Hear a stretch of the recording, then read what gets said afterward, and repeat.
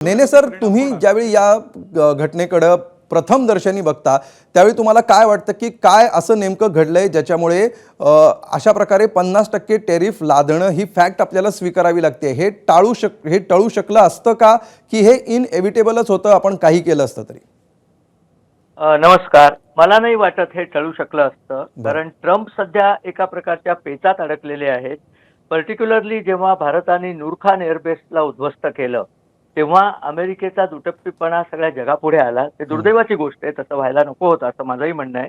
परंतु त्यानंतर अमेरिकेला तिथली अण्वस्त्र पळवून न्यायला लागली अशा बातम्या आहेत.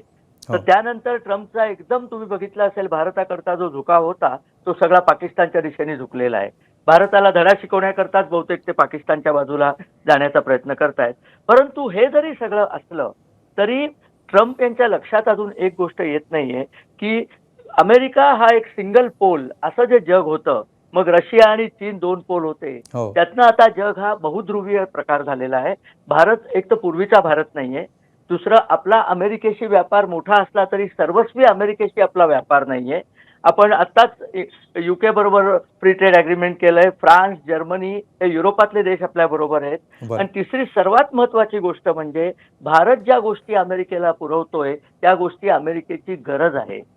औषधं एक अच्छा. उदाहरण म्हणून सांगतो. औषधं बरं. ही अमेरिकेची गरज आहे. हा अमेरिकेचा चॉईस नाहीये.